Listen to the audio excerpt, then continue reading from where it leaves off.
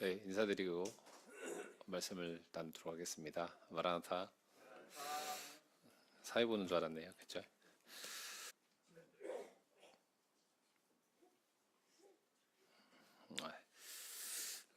어제 엊그제 비가 많이 왔는데 그런 생각을 했습니다. 날이 추웠다면 눈이 한참 쌓였을 텐데 비가 날이 따뜻해서 비가 많이 온 것을 보게 됩니다.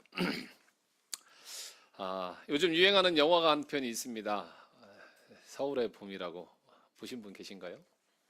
네, 몇 분 보시고 몇 분 안 보셨는데, 네, 군사 정권으로 인해서 전두환 대통령이 나라를 찬탈한 빼앗은 역사의 기록인데 오늘 기사 가운데 그런 기사를 봤습니다.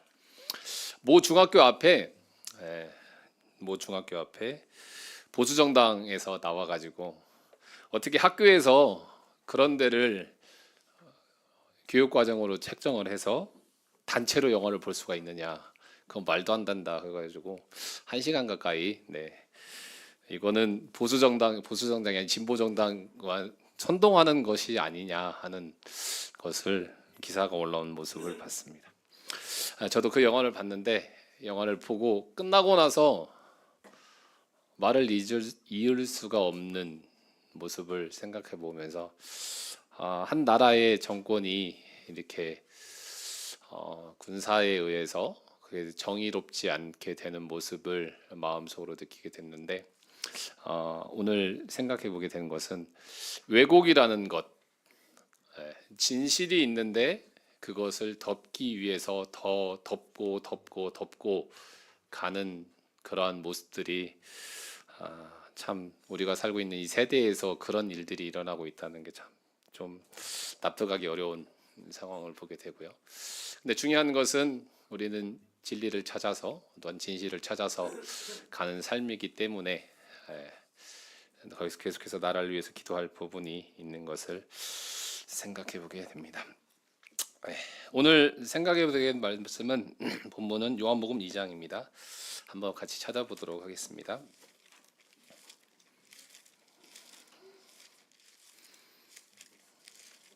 요한복음 2장 1절에서 11절 말씀인데요. 제가 한 목소리로 제가 읽어드리도록 하겠습니다. 사흘째 되던 날 갈릴리 가나에 혼례가 있어 예수의 어머니도 거기 계시고 예수와 그 제자들도 혼례의 청함을 받았더니 포도주가 떨어진지라 예수의 어머니가 예수에게 이르되 저들에게 포도주가 없다 하니 예수께서 이르시되 여자여 나와 무슨 상관이 있나이까 내 때가 아직 이르지 아니하였나이다. 그의 어머니가 하인들에게 이르되 너에게 무슨 말씀을 하시든지 그대로 하라 하니라. 거기에 유대인의 정결 예식을 따라 소세통 드는 돌 항아리 6이 놓였는지라. 예수께서 그들에게 이르시되 항아리에 물을 채우라 하신즉 아기까지 채우니 이제는 떠서 연회장에 갖다 주라 하심에 갖다 주었더니 연회장은 물로 된 포도주를 맛보고도 어디서 났는지 알지 못하되 물 떠온 하인들은 알더라. 연회장이 신랑을 불러 말하되 사람마다 먼저 좋은 포도주를 내고 취한 후에 낮은 것을 내거늘 그대는 지금까지 좋은 포도주를 두었도다 하니라. 예수께서 이 첫 표적을 갈릴리 가나에서 행하여 그의 영광을 나타나심에 제자들이 그를 믿으니라. 네. 오늘은 갈릴리 가나의 이스라엘 세 번째 시간으로 갈릴리 가나에 관한 말씀을 함께 나누려고 합니다. 제목은 내 때가 아직 이르지 아니하였나이다 라는 주제로 말씀을 나눠보려고 합니다. 제가 이제 세 번째 시간인데 첫 번째 시간에 나눈 장소가 어디죠? 답을 보여드리는데 빌립보 가이사랴. 이곳은 어디에 있을까요? 예루살렘을 기준으로 북쪽일까요? 남쪽일까요? 동쪽일까요? 서쪽일까요? 네? 남쪽, 북쪽. 북쪽에 있습니다. 북쪽. 빌립보 가이사랴는 북쪽에 있습니다. 가장 전방 최우쪽에 빌립보 가이사랴 있는데 이곳은 베드로가 사람들이 나를 누구라 하느냐 했을 때 베드로의 고백이 주는 그리스도시요 살아계신 하나님의 아들인 신이다라고 신앙 고백을 했고 그의 삶의 훗날에 주를 위해서 자기의 생명까지도 드리는 신앙의 고백의 한 장소로 살펴볼 수가 있습니다. 다음에 살펴본 지역은 어디였을까요? 요셉과 마리아의 네, 나사렛. 네, 나사렛은 어디에 있을까요? 네, 갈릴리에 있겠죠. 네, 북쪽일까요, 남쪽일까요, 동쪽일까요, 서쪽일까요? 네, 갈릴리 북쪽에 있습니다. 네. 그래서 여기서는 그런 말씀을 드렸습니다. 나사렛에서는 선한 것이 날 수 없다 했지만 예수님은 나사렛 사람으로서 가려진, 여기 이곳은 사람들에게 주목받지 않았던, 그렇게 잘 살지 않았던 아주 작은 마을이었지만 이곳에 예수님께서 탄생하시고 예수님을 통해서 세상의 빛으로 산에 있는 동네가 있었지만 주님이 드러나심을 통해서 이 동네가 빛을 발하게 되고 그리스도의 삶을 드러냈던 장소가 나사렛이었습니다. 네. 그래서 지금 저희가 살펴봤던 지역에 보시면 제일 위쪽에 있는 것이 가이사랴 빌립보, 네, 제 북단에 있다고 생각하시면 됩니다. 그 아래쪽에 봤던 장소가 나사렛이었고요. 이번에 저희가 살펴보게 될 지역은 어디에 있을까요? 네, 보시면 가나라고 합니다. 가나는 나사렛에서 북쪽에 있지만 다 저희가 살펴보고 있는 지역은 북쪽입니다. 네, 그래서 이제 저도 잘 이해가 안 갔지만 기회가 된다면 꼭 이스라엘 가보시면 여기가 어딘구나가 머릿속에 그려집니다. 네, 그래서 아직도 전쟁이 계속되고 있는데, 네, 아무리 들어도 지역이 그려지지 않았는데 다녀오시면 여기가 어디구나는 그려집니다. 그리고 경일하게 계속 느끼는 거지만 때가 있을 때 허락한 그때에 가지 아니하면 지금은 가고 싶어도 갈 수 없다는 것을 생각하면서 그때 다녀온 것이 참 주님의 은혜로 다녀온 모습인 것을 생각해 보게 됩니다. 오늘 살펴보고자 하는 것은 갈릴리 가나입니다. 갈릴리 가나는 마을들이 비슷합니다.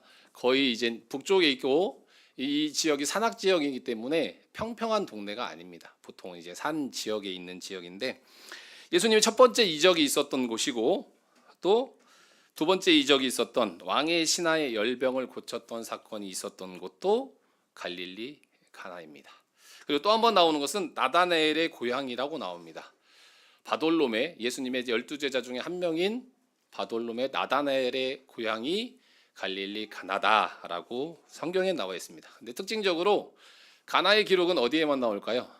사복음서 중에 요한복음에만 나와 있습니다. 네, 요한복음에만 세 곳에 걸쳐서 갈릴리 가나에 대해서 나와 있는 것을 살펴볼 수가 있습니다. 그래서 그곳에 가면 이곳이 가나 혼인잔치를 기념하는 교회입니다. 그래서 이곳에 기념하기 위해서 교회가 세워져 있고 그리고 그 옆에 또 좀 가보시면 여기는 나다나엘을 기념하는 교회라고 해서 그곳에 있습니다. 그래서 여기 교회 이름에서 나다나엘을 표현한 모습을 볼 수가 있고요. 그리고 저희가 이곳에 가보진 않았지만 기존에 다녀오신 분 가운데서 이게 돌 항아리입니다. 돌 항아리 기념하게 이 가나안 혼인잔치 교회 안에 전시되어 있는 건데 돌 항아리의 모습이 이와 같이 큽니다. 네, 이게 실제 거기에 기념하기 위해서 있던 모습을 살펴볼 수가 있습니다. 이제 본문을 살펴보려고 합니다. 1절, 2절에 보시면 사흘째 되던 날 갈릴리 가나에 혼인이 있어 예수의 어머니도 거기 계시고 예수와 그 제자들도 혼례의 청함을 받았다라고 나와 있습니다. 전에 한번 살펴봤던 장면인데요. 여기서 사흘째는 언제일까요?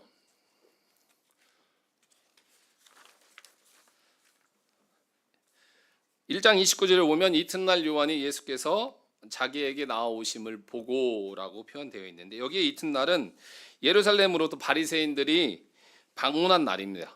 바리새인들이 이곳에 갈릴리에 방문하면서 이튿날 그 다음 날 이튿날 요한이 예수님이 자기에게 나오심을 보고 했던 날짜를 볼 수가 있고 35절에 보면 또 이튿날 요한이 자기 제자 중 두 사람과 함께 섰더니 해서 이 날은 그 이튿날인 그 다음 날 셋째 날이고요.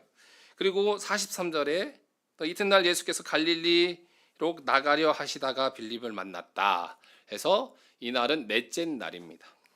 그래서 여기서 나와 있는 2장 1절에 사흘째 되던 날은 주님이 여기서 나와 있는 1장 43절 나와 있는 날로부터 사흘째 되는 날, 그래서 그날에 갈릴리에 거하신 지 3일째 되는 날을 말하고 있습니다. 보통 이제 말씀을 생각할 때 결혼 혼례로부터 3일이라고 생각했는데 그것이 아니고 여기서는 갈릴리에 거하신 지 3일째 되는 날을 말하고 있습니다. 이 날에 청함을 받았습니다. 예수님과 제자들과 어머니가 혼례에 청함을 받았다고 말하고 있습니다. 지난 시간에도 한번 살펴봤었는데 성서시대 결혼 문화는 어떤 문화일까요? 를 한번 살펴보자면 한 총각이 이제 처녀를 마음에 들어 합니다.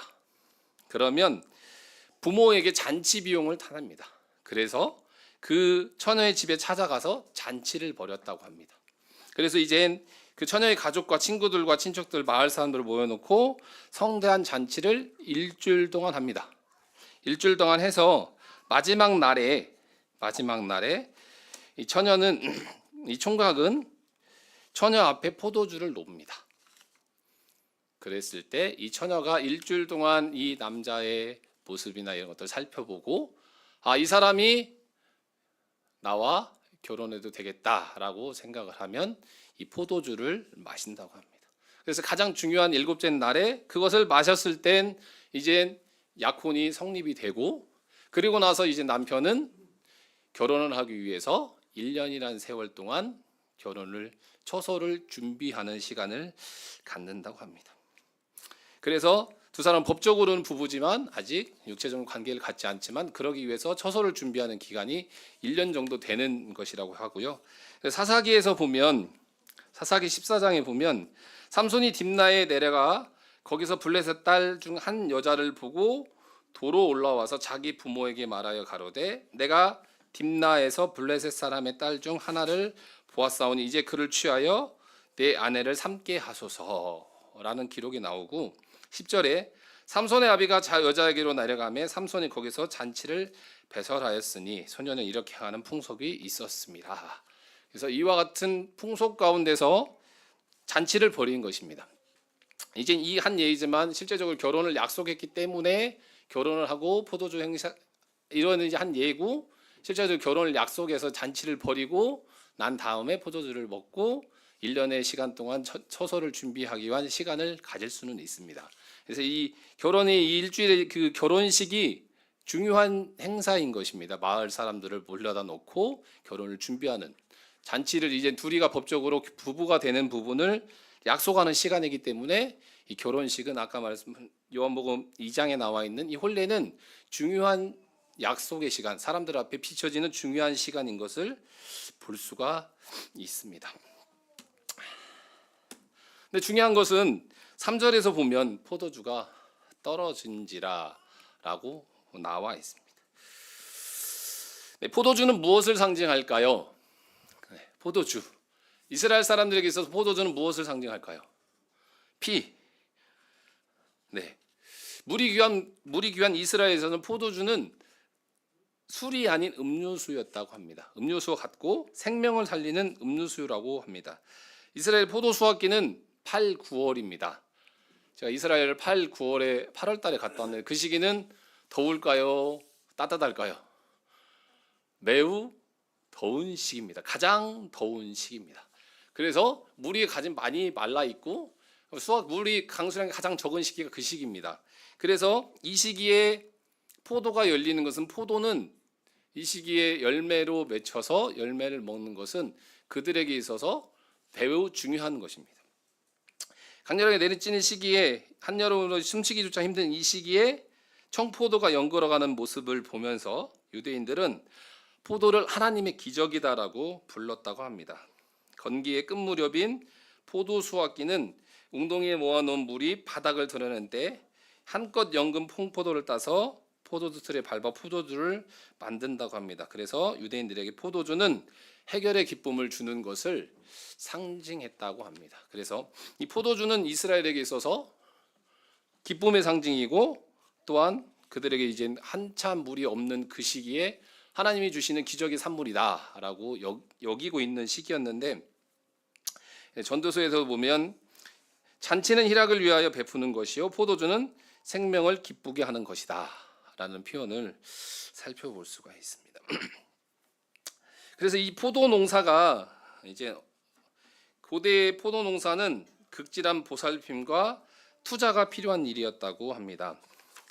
아까 말씀드렸던 것은 그 건기에 잠깐이라도 소홀하게 되면 황폐해지기 때문에 그리고 이제 맹수를 막고자 양의 문에서 자지 않고 양을 지키는 목자가 있었던 것처럼 도둑과 맹수의 침입을 막고자 망대에서 자지 않고 파수꾼처럼 지키는 포도원 지기가 하나님의 극진한 보호와 밤에 졸지 아니하시는 하나님을 상징했다고 합니다. 시편의 121편 4절에 보시면 이스라엘 지키시는 자는 졸지도 아니하시고 주무시지도 아니하신다. 이 표현이 양을 지키는 목자와 그리고 포도원을 지키는 포도원 지기를 상징하면서 그와 같이 썼다고 하는데요. 이 시대 이스라엘의 평균 수명은 40세 정도 됐다고 합니다. 네, 여성은 보통 30세라고 하는데 왜 그러냐면 출산하다가 많이 죽었대요. 그래서 30세 정도인데 이 포도를 재배하는 데 걸리는 시간이 6분의 1 정도의 시간이 걸린다고 합니다. 6분의 1, 7, 8년 정도의 시간이 걸리기 때문에 이 결실을 맺는다는 것은 엄청나게 그들에게는 쉽지 않은 것이고, 마찬가지로 그만큼 많은 시간을 들여서 결실을 맺기 때문에 정말 중요한 것을 볼 수가 있고, 포도의 결실을 맺었다는 것은 하나님께서 태평성대를 베푸셨다. 그렇기 때문에 이것은 전쟁이 없는 태평성대를 베푸신 하나님의 은혜다라는 부분을 이스라엘 사람들은 생각한다고 합니다. 그리고 이제 그 삼손이 소래골짜기를 가는데 이 소래의 표현도 극상품 포도의 히브리어라고 합니다. 그래서 이제 삼손이 그 찾아갔던 모습들을 살펴볼 수 있는데 그것의 한 표현을 볼 수가 있는 것을 볼 수가 있습니다. 다시금 본문으로 와서 좀 전에 말씀드린 이런 포도나무의 역할이 이렇게 중요한 상황인데, 포도주가 떨어졌다. 어떨까요? 결혼식을 준비했는데 결혼식에 음식이 없다. 결혼식에 참석한 사람은 어떤 마음일까요? 이 축하하기 위해 왔는데 그 잔치에 음식이 없고, 근데 여기에서 표현하는 이 포도주가 없다는 것은 기쁨의 상징인 이 포도주가 없다는 문제는 혼례를 망칠 수도 있지만 결례이기도 하지만 심하면 고소를 당할 수도 있는 그렇게 이제 심각한 상황이라고 합니다. 근데 더 중요한 것은 이번에 갈릴리 가나에서 알게 된 거지만 가나에는 포도를 재배하지를 않습니다. 포도나무가 없다고 합니다. 갈릴리 가나엔. 네. 그래서 근데 그곳엔 그 포도주를 판매하는 상가들이 엄청 많고요. 네. 그 포도는 그 지역에서 재배한 포도가 아닙니다. 네. 근데 이제 포도는 이제 그들에게 의미하는 바가 있지만 가나에는 포도주를 과거에도 없었고 지금도 재배하지 않는데, 그러면 포도를 재배하지 않는 상황에서 포도주가 떨어진 것은 더욱 긴박한 상황인 것을 저희가 살펴볼 수가 있습니다. 그러한 가운데 3절에 보시면 예수님과 어머니의 대화에서 이렇게 말씀하십니다. 어머니가 예수님을 향해서 저들에게 포도주가 없다라고 말씀하십니다. 그 말은 왜 그런 말씀을 하셨을까요? 예수님의 대답은 없다 했으면, 근데 예수님은 나와 무슨 상관이 있습니까? 라고 대답을 합니다. 그리고 내 때가 아직 이르지 아니하였습니다 라고 대답을 합니다. 근데 어머니의 대답은 무슨 말씀을 하시든지 그대로 하라고 예수님이 아닌 하인들에게 말합니다. 그리고 예수님은 어머니에게 대답하지 아니하고 가서 물을 채우라라고 말씀하십니다.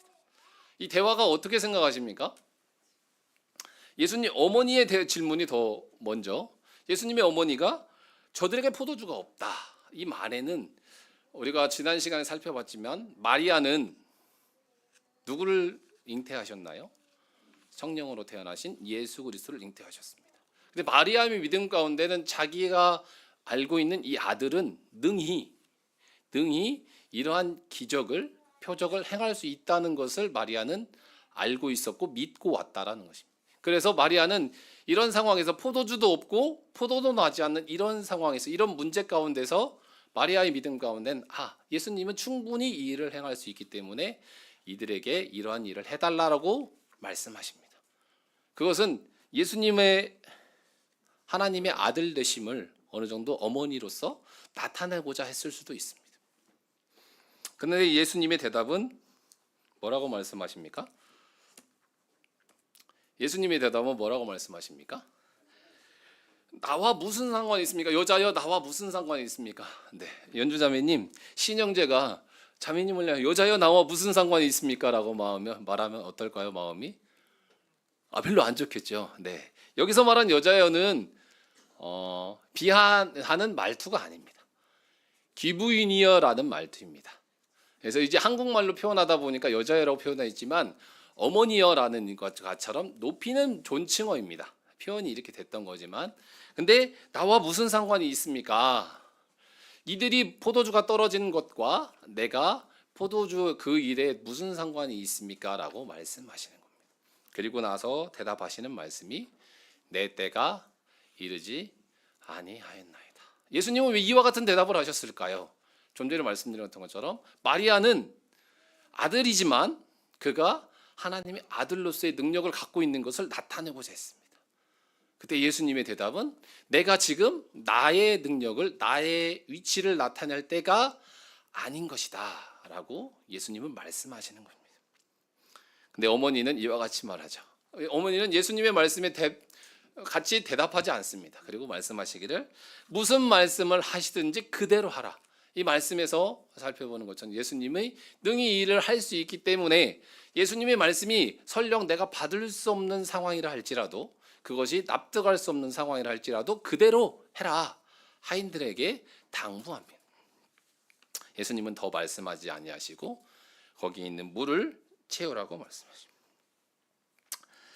이 부분은 조금 이따 생각해 보도록 하겠습니다.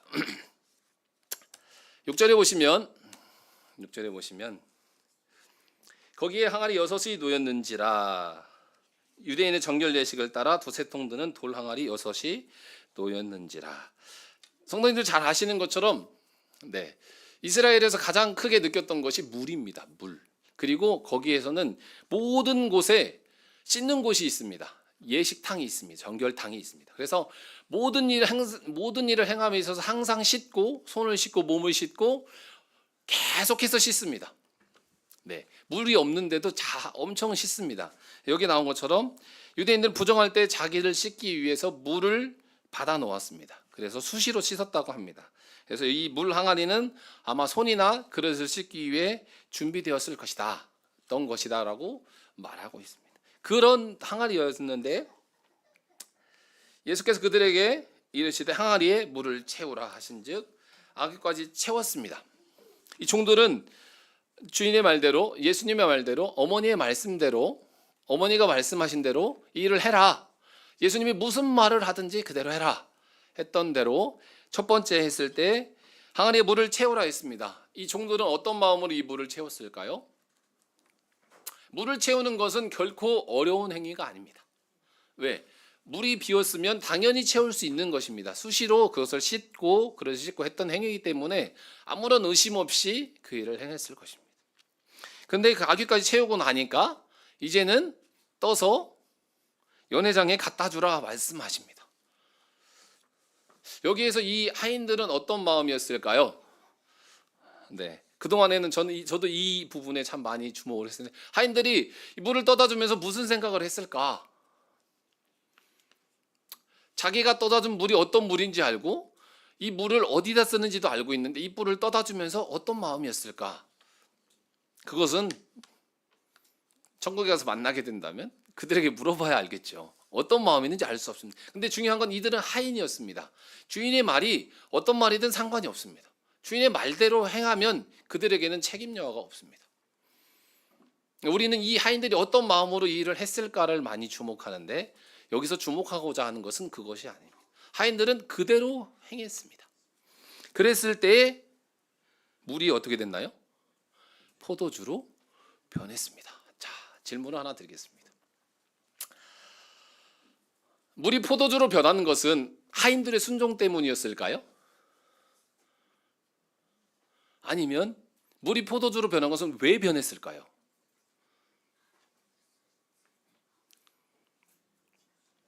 네, 물이 포도주로 변한 것은 하인들의 순종은 단지 도구였습니다. 중요한 것은 하나님 대신 예수께서 물이 포도주로 변한다는 것은 변화가 돼야 됩니다. 그냥 우리가 생각하는 것처럼 무엇을 타서 바뀌는 것이 아니라 완전히 변해야 되는 것입니다. 이것을 행할 수 있는 분이 하나님 대신 예수님이시라는 것입니다. 우리는 하인들의 순종을 기억하지만 하인들의 순종 넘어서 그 역사가 일어난 것은 예수님께서 그 일을 행하셨기 때문에 가능했다라는 것입니다. 지난 과거에도 저도 하인들이 정말 이 순종의 믿음이 정말 대단하다는 걸 생각했었는데 우리는 말씀을 볼 때도 마찬가지고 우리가 말씀을 대할 때 주목해야 될 것은 어떤 행위자가 아닙니다. 그 역사를 하시는 분이 누구신가? 우리는 주님을 주목해야 됩니다. 그래서 여기에 나와 있지는 않지만 어떤 책에는 어떤 기사에는 이와 같이 나옵니다. 항아리에 물을 채운 것은 하인들이었습니다. 제자들이 물을 채웠다면 누군가는 이렇게 얘기하죠. 거기다 포도주를 담아둔 건 아닌가. 근데 하인들이 채웠다는 것입니다. 그리고 물을 어디까지 채웠나요? 아기까지 꽉 채웠습니다. 그러니까 다른 것은 들어갈 수 없는 상황이었던 것입니다. 전혀 어떠한 능력이 행해지지 않으면 이 역사는 나타날 수가 없었던 것입니다. 그런데 우리는 어떤 행동을 할 수 있지만 그 역사를 행하실 수 있는 분은 주님밖에 없으셨다는 것입니다. 그래서 포도주는 단시간에 변할까요?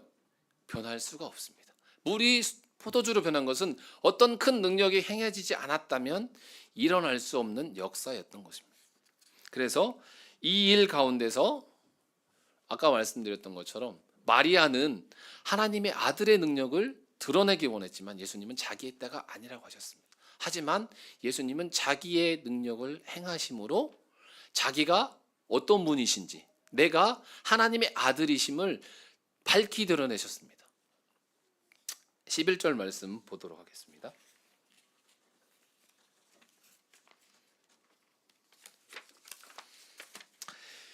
예수께서 이 첫 표적을 갈릴리 가나에서 행하여 그의 영광을 나타내시며 제자들이 그를 믿은지라.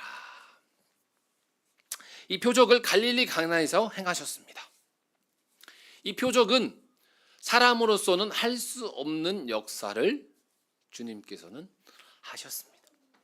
그 일을 통해서 그분의 영광을 나타내셨습니다. 영광은 저희가 대전 형제님 통해서 영광에 대해서 그 영광은 결코 쉽게 얻어지는 것이 아니다. 고난을 통해서 얻게 되고 주님의 영광이 드러나게 된다라는 말씀을 들었었는데 주님의 영광이 드러남에 있어서 스스로 드러내고자 하지 않았지만 주님의 영광, 주님의 능력이 드러남을 통해서 제자들이 이분은 내가 알고 있었던 말로만 들었던 그분이 아니라 물이 변해서 포도주로 바뀌게 되는 무에서 유를 창조하실 수 있는 하나님이신 것을 드러내는 모습을 밝히 볼 수가 있습니다.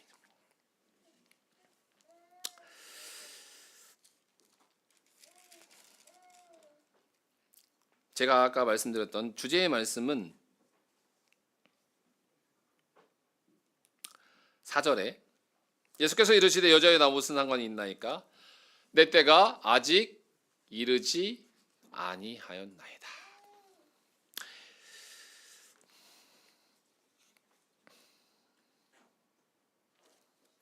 여기서 말하는 때는 언제일까요? 예수님이 말씀하신 이 때는 무엇을 말하는 걸까요? 네, 돌아가실 때. 네. 예수님은 왜 오셨나요?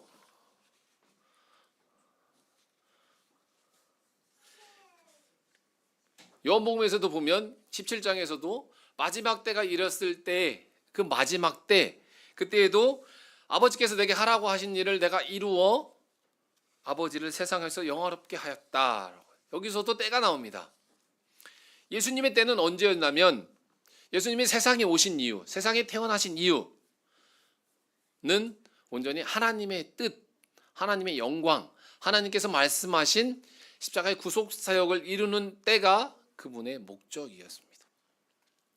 그래서 마리아는 자기의 아들이 하나님의 아들인 것을, 하나님의 아들로서 영광을 받기를 원했기 때문에 마리아는 은근슬쩍 예수님, 아들이요, 여기 포도주가 없습니다. 빨리 이 능력을 행하십시오. 을 통해서 이 능력을 행했을 때 누가 드러나게 되나요? 예수님이 역사를 행한 것도 드러나게 되지만 그의 어머니인 마리아도 내 아들이라는 것에 영광이 드러날 수 있습니다.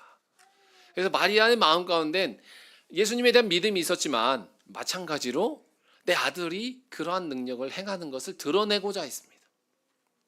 하지만 예수님은 분명하게 말씀하시기를 내 때가 아직 이르지 않았다. 나는 나의 능력을, 나의 이름을 높이고자 이곳에 오지 않았다. 나는 하나님께서 나를 부르신 목적, 마리아와 요셉을 통해서 태어나게 하신 목적, 그리고 계속해서 공생애를 마치는 그 순간까지 그분의 모든 생애의 관심은 하나님의 때, 자기를 십자가에 들여서 자기를 마치는 그때까지, 그때의 모든 것을 주목하셨기 때문에 그분은 이와 같이 말씀하십니다. 내 때가 아직 이르지 아니했다라고 말씀하십니다. 말씀을 마무리하면서 하늘나라에 혼인잔치가 있습니다. 혼인잔치에 빠질 수 없는 것이 포도주입니다. 네. 다 준비된 결혼식에서 생산조차도 하지 않는 지역에서 포도주가 떨어졌다면 그 원래는 망칠 수밖에 없을 것입니다. 하지만 무에서 유를 창조하시는 하나님으로 말미암아 가장 포도주가 제공되고 그로 인해서 세상의 방식을 뛰어넘는 경험을 홀리에서 경험하게 됩니다. 우리도 마찬가지입니다. 모든 것을 소유한다 할지만 유한할 수밖에 없는 우리가 주님께서 인생 가운데 찾아오심으로 우리는 새로 변화된 삶을 살게 될 것이고 그 혼인잔치에 우리는 함께하게 될 것입니다.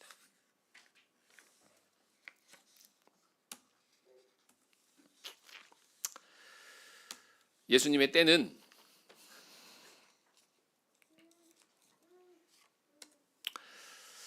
빌립보서 말씀에 이와 같이 나옵니다.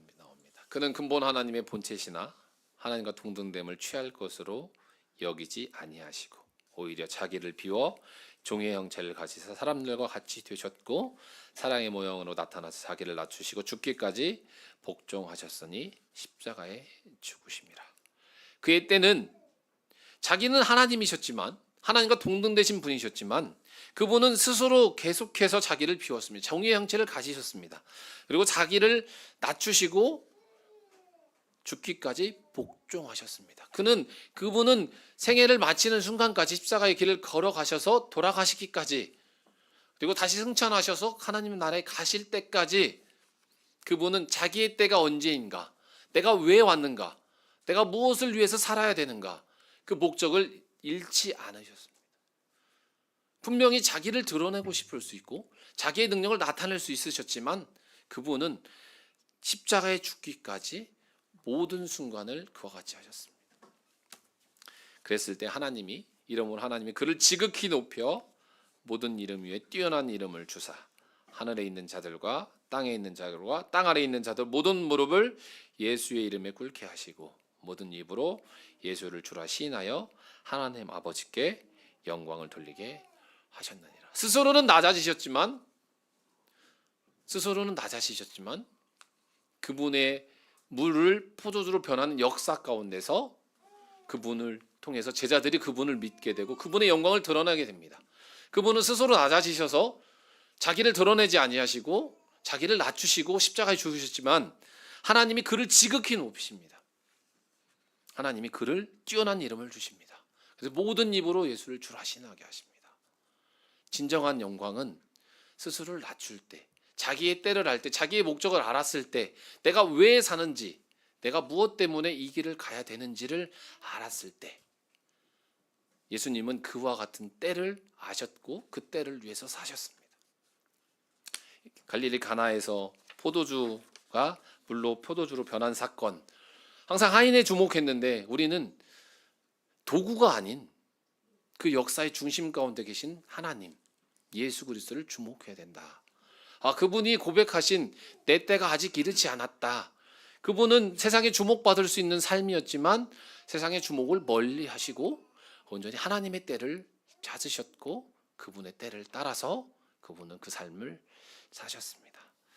그래서 가나안의 혼인잔치 가운데 예수님의 고백처럼 내 때가 이르지 않았다. 내가 왜 살고 있는지, 내가 무엇 때문에 존재하는지를 잃지 않으시는 그분의 삶, 동일하게 우리가 이분의 그 순종으로 이제 새로운 삶을 살고 있습니다.